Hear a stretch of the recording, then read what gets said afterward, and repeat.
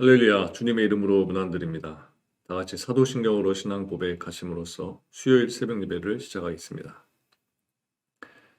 나는 전능하신 아버지 하나님, 천지의 창조주를 믿습니다. 나는 그의 유일하신 아들, 우리 주 예수 그리스도를 믿습니다. 그는 성령으로 잉태되어 동정녀 마리아에게서 나시고 본디오 빌라도에게 고난을 받아 십자가에 못 박혀 죽으시고 장사된 지 사흘 만에 죽은 자 가운데서 다시 살아나셨으며 하늘에 오르시어 전능하신 아버지 하나님 우편에 앉아 계시다가 거기로부터 살아있는 자와 죽은 자를 심판하러 오십니다.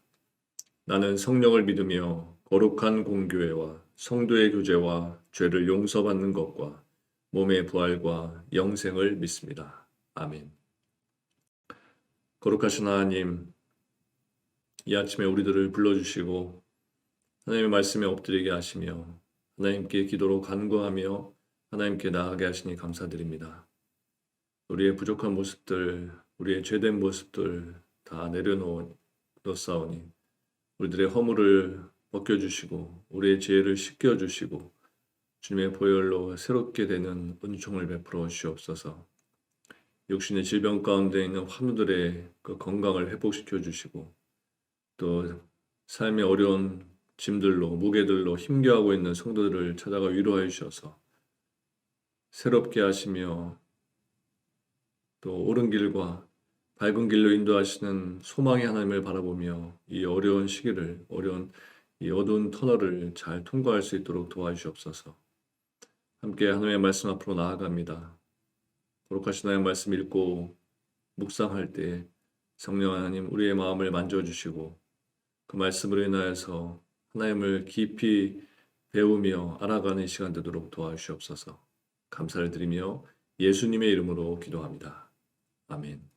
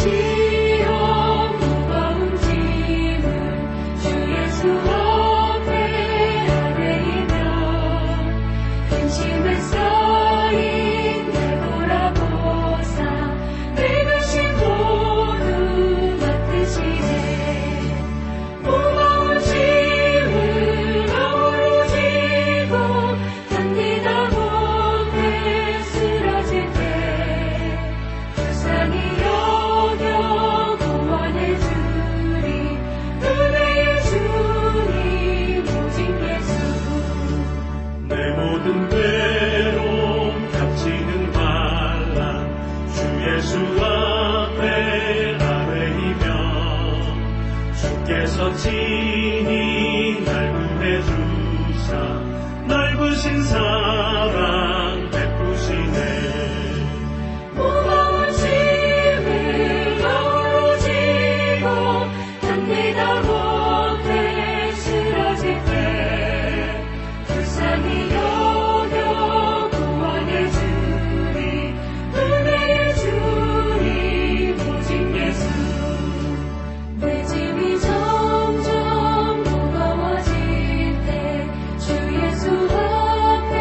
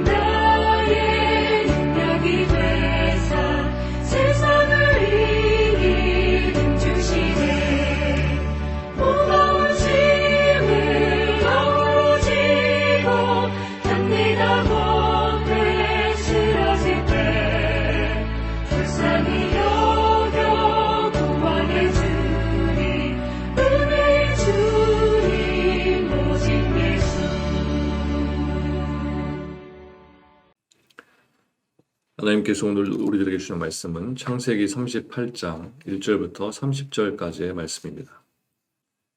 창세기 38장 1절부터 30절까지의 말씀 제가 봉독해 드리겠습니다. 그 후에 유다가 자기 형제들로부터 떠나 내려가서 아둘람 사람 히라와 가까이 하니라. 유다가 거기서 가나안 사람 수아라 하는 자의 딸을 보고 그를 데리고 동침하니 그가 임신하여 아들을 낳음에 유다가 그의 이름을 엘이라 하니라. 그가 다시 임신하여 아들을 낳고 그의 이름을 오난이라 하고 그가 또 다시 아들을 낳고 그의 이름을 셀라라 하니라. 그가 셀라를 낳을 때에 유다는 거십에 있었더라. 유다가 장차 엘을 위하여 아내를 데려오니 그의 이름은 다말이더라. 유다의 장자 엘이 여호와가 보시기에 악함으로 여호와께서 그를 죽이신지라. 유다가 오난에게 이르되 네 형수에게로 들어가서 남편의 아우된 본분을 행하여 네 형을 위하여 씨가 있게 하라. 오난이 그 씨가 자기 것이 되지 않을 줄 알므로 형수에게 들어갔을 때에 그의 형에게 씨를 주지 아니하려고 땅에 설정하니 그 일이 여호와가 보시기에 악함으로 여호와께서 그도 죽이시니 유다가 그의 며느리 다말에게 이르되 수절하고 네 아버지 집에 있어 내 아들 셀라가 장성하기를 기다리라 하니 셀라도 그 형들 같이 죽을까 염려함이라. 다말이 가서 그의 아버지 집에 있으리라. 얼마 후에 유다의 아내 수아의 딸이 죽은지라. 유다가 위로를 받은 후에 그의 친구 아둘람 사람 히라와 함께 딥나로 올라가서 자기의 양털 깎는 자에게 이르렀더니 어떤 사람이 다말에게 말하되 네 시아버지가 자기의 양털을 깎으려고 딥나에 올라왔다 한지라. 그가 그 과부의 의복을 벗고 너울로 얼굴을 가리고 몸을 휩싸고 딥나 길곁 에나임 문에 앉으니 이는 셀라가 장성함을 보았어도 자기를 그의 아내로 주지 않음으로 말미암음이라. 그가 얼굴을 가리었으므로 유다가 그를 보고 창녀로 여겨 길 곁으로 그에게 나아가 이르되 청하건대 나로 네게 들어가게 하라 하니 그의 며느리인 줄을 알지 못하였음이라. 그가 이르되 당신이 무엇을 주고 내게 들어오려느냐. 유다가 이르되 내가 내 떼에서 염소 새끼를 주리라. 그가 이르되 당신이 그것을 줄 때까지 담보물을 주겠느냐. 유다가 이르되 무슨 담보물을 네게 주랴. 그가 이르되 당신의 도장과 그 끈과 당신의 손에 있는 지팡이로 하라. 유다가 그것들을 그에게 주고 그에게로 들어갔더니 그가 유다로 말미암아 임신하였더라. 그가 일어나 떠나가서 그 너울을 벗고 과부의 의복을 도로 입으니라. 유다가 그 친구 아둘람 사람의 손에 부탁하여 염소 새끼를 보내고 그 여인의 손에서 담보물을 찾으려 하였으나 그가 그 여인을 찾지 못한지라. 그가 그곳 사람에게 물어 이르되 길곁 에나임에 있던 창녀가 어디 있느냐. 그들이 이르되 여기는 창녀가 없느니라. 그가 유다에게로 돌아와 이르되 내가 그를 찾지 못하였고 그곳 사람도 이르기를 거기에는 창녀가 없다 하더이다 하더라. 유다가 이르되 그로 그것을 가지게 두라. 우리가 부끄러움을 당할까 하노라. 내가 이 염소 새끼를 보냈으나 그대가 그를 찾지 못하였느니라. 석 달쯤 후에 어떤 사람이 유다에게 일러 말하되 네 며느리 다말이 행음하였고 그 행음함으로 말미암아 임신하였느니라. 유다가 이르되 그를 끌어내어 불사르라. 여인이 끌려 나갈 때에 사람을 보내어 시아버지에게 이르되 이 물건 임자로 말미암아 임신하였나이다. 청하건대 보소서 이 도장과 그 끈과 지팡이가 누구의 것이니까 한지라. 유다가 그것들을 알아보고 이르되 그는 나보다 옳도다. 내가 그를 내 아들 셀라에게 주지 아니하였음이로다 하고 다시는 그를 가까이 하지 아니하였더라. 회사할 때에 보니 쌍태라. 회사할 때에 손이 나오는지라. 산파가 이르되 이는 먼저 나온 자라 하고 홍색 실을 가져다가 그 손에 메었더니 그 손을 도로 들이며 그의 아우가 나오는지라. 산파가 이르되 네가 어찌하여 터뜨리고 나오느냐 하였으므로 그 이름을 베레스라 불렀고 그의 형 곧 손에 홍색 실이 있는 자가 뒤에 나오니 그의 이름을 세라라 불렀더라. 아멘. 먼저 하나님께서 인간의 윤리와 도덕과 상식을 초월해 계심을 실감할 수 있는 성경 중에 하나가 창세기 38장입니다. 가문의 대를 잇기 위해 아들이 없이 죽은 형의 아내와 즉 형수와 결혼해서 대를 이어가는 것은 고대 사회에 있었던 풍습이긴 하지만 자신의 씨가 자기 것이 되지 않을 것을 알고 형에게 씨를 주지 않기 위해 땅에 설정한 것을 악한 것으로 보고 죽이시는 하나님. 그 하나님은 쉽게 납득하기가 어렵습니다. 그것만이 아니라 시아버지 유다가 다말로 인해 셋째 아들마저 죽을 것이 염려돼서 다말을 친정으로 돌려보냈지만 결국 다말이 창녀로 변장해서 시아버지인 유다와 동침하고 두 아들을 낳는 일은 세상의 윤리와 도덕으로는 해석할 수 없는 내용이기도 합니다. 이처럼 하나님의 일은 우리의 기준으로는 접근할 수가 없습니다. 하지만 성경에는 우리에게 나타내고자 하시는 하나님의 분명하고도 확고한 뜻이 담겨 있습니다. 그래서 그 뜻을 깨닫고 하나님의 뜻 안에서 세상을 바라보고 우리가 가야 할 길을 살피는 것이 오늘 우리가 말씀을 대하는 이유라고 할 수 있는 것입니다. 오늘 본문을 대하기 전에 한 가지 생각할 필요가 있는 것은 유다가 다말 이야기가 개입되어 있는 의미입니다. 유다와 다말 이야기가 개입되어 있는 이 의미입니다. 물론 말씀드린 것처럼 유다와 다말 이야기에 우리에게 전하고자 하시는 하나님의 확고한 뜻이 있는 것은 사실이지만 왜 하필이면 요셉에 대한 이야기 도중에 이것이 등장하는가입니다. 창세기 37장 36절을 보면 그 미디안 사람들은 그를 애굽에서 바로의 신하 대장 보디발에게 팔았더라. 이렇게 37장이 끝이 납니다. 그리고 39장 1절을 보면 보디발이 이스마엘 사람에게서 요셉을 사는 것으로 시작합니다. 따라서 이야기 흐름을 생각하면 38장은 요셉이 형들에 의해 팔리기 전이나 아니면 요셉에 대한 이야기가 모두 끝난 후에 기록되어도 무방하다는 생각을 할 수가 있습니다. 그런데 왜 굳이 요셉이 이스마엘 사람에게 팔리고 보디발이 요셉을 산 이야기 중간에 등장하는가입니다.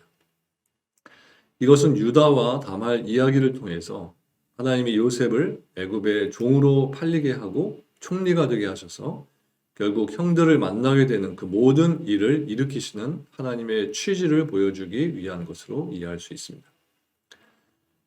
하나님이 요셉을 애굽으로 보내신 이유를 유다와 다말 이야기로 말씀하시는 것입니다. 다말이 창녀가 되어서 유다와 동침하는 이야기가 성경에서 삭제되어 있지 않고 그대로 등장하는 것이 그 때문입니다. 하나님은 성경을 인간이 도덕과 교양을 배울 수 있는 경건한 경전이나 인간의 치부는 가리고 좋은 점만 남겨서 본을 받을 수 있게 하는 위인전으로 우리에게 주신 것이 아닙니다. 성경에는 하나님이 악한 우리를 어떻게 구원하셨는지를 보여주는 하나님의 구원 방식이 나타나 있습니다. 그것을 유다와 다말 이야기를 통해서 보여주시고 그 구원의 방식이 요셉을 통해서 이루어지는 것을 보여주고자 하시는 것입니다. 그처럼 요셉을 통해서 이루어지는 하나님의 구원 방식을 알게 될 때 예수 그리스도가 오시는 이유가 명확해지게 되는 것입니다.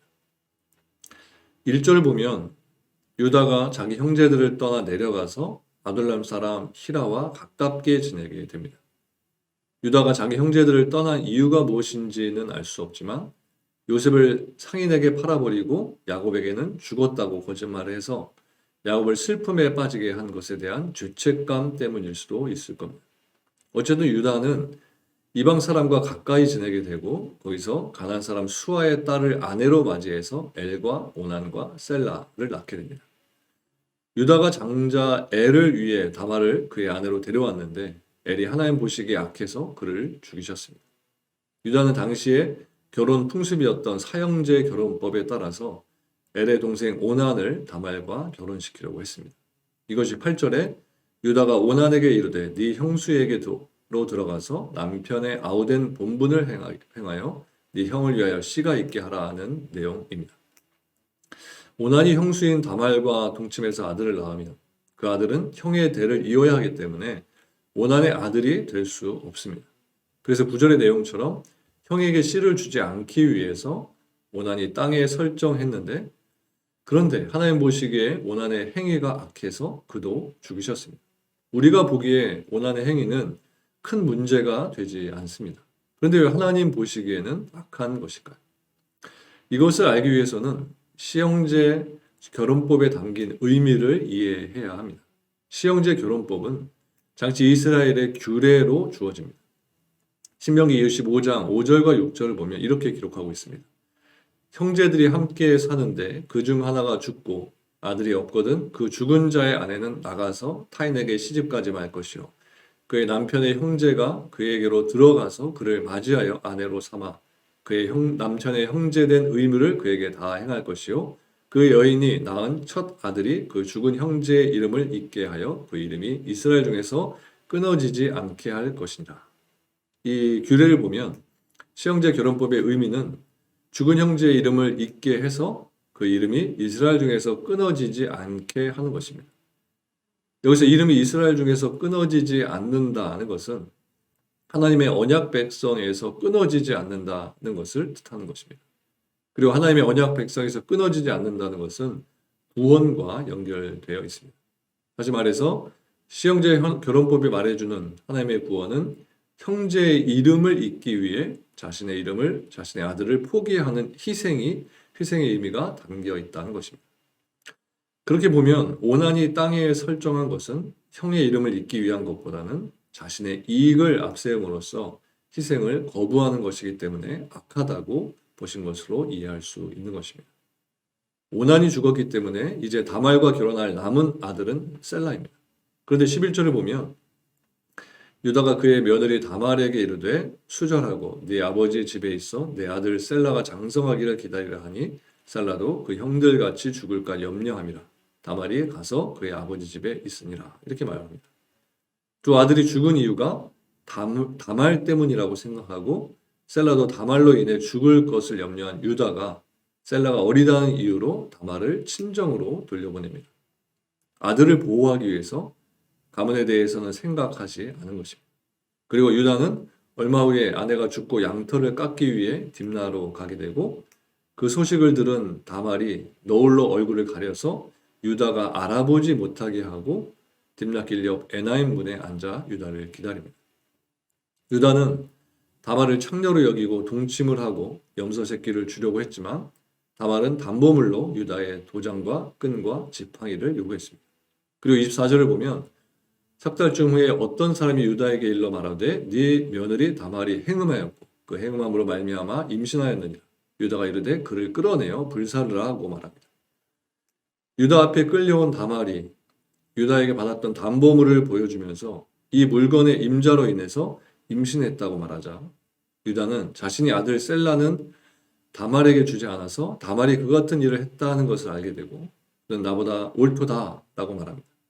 자신의 가문보다는 아들을 생각했던 자신보다 가문을 생각하면서 스스로 창녀처럼 돼서 시아버지와 동침하는 수치를 마다하지 않은 다말의 희생을 옳게 봤던 것입니다. 앞서 말씀드린 것처럼 유다와 다말 이야기는 애굽으로 팔린 요셉의 역할이 무엇인가를 보여주고 있는데 그것은 바로 희생입니다. 요셉이 애굽으로 팔리고 그곳에서 총리가 되어서 결국 야곱과 그의 아들들을 살립니다.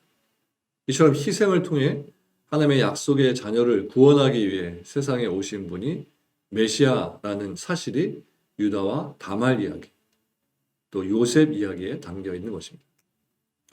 이어서 29절과 30절에 보면 이렇게 기록하고 있습니다. 그 손을 도로 들이며 그의 아우가 나오는지라.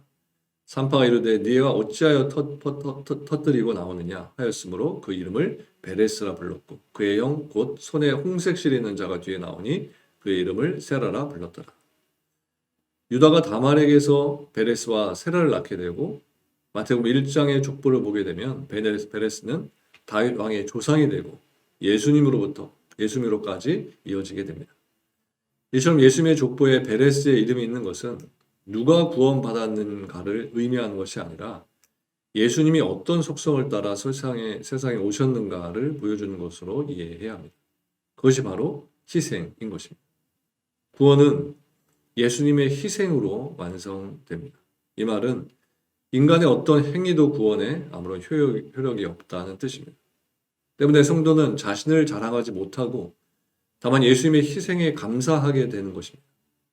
유다의 죄로 인해 다말의 희생이 있었던 것처럼 우리의 죄로 인해 예수님의 희생의 길로 가실 수밖에 없었습니다.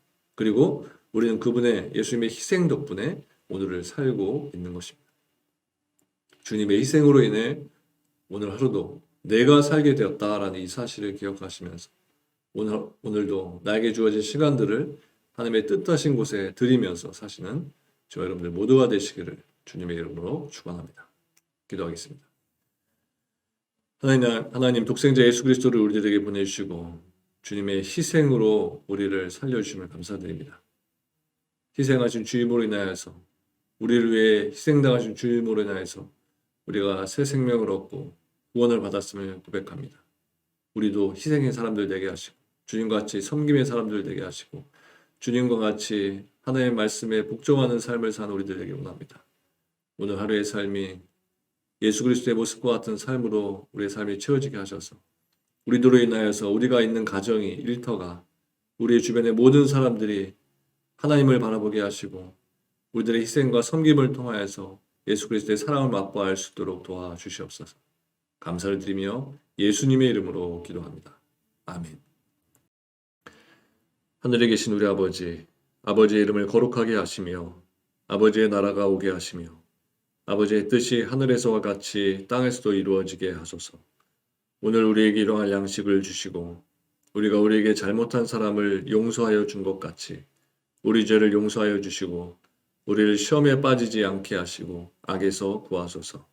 나라와 권능과 영광이 영원히 아버지의 것입니다. 아멘.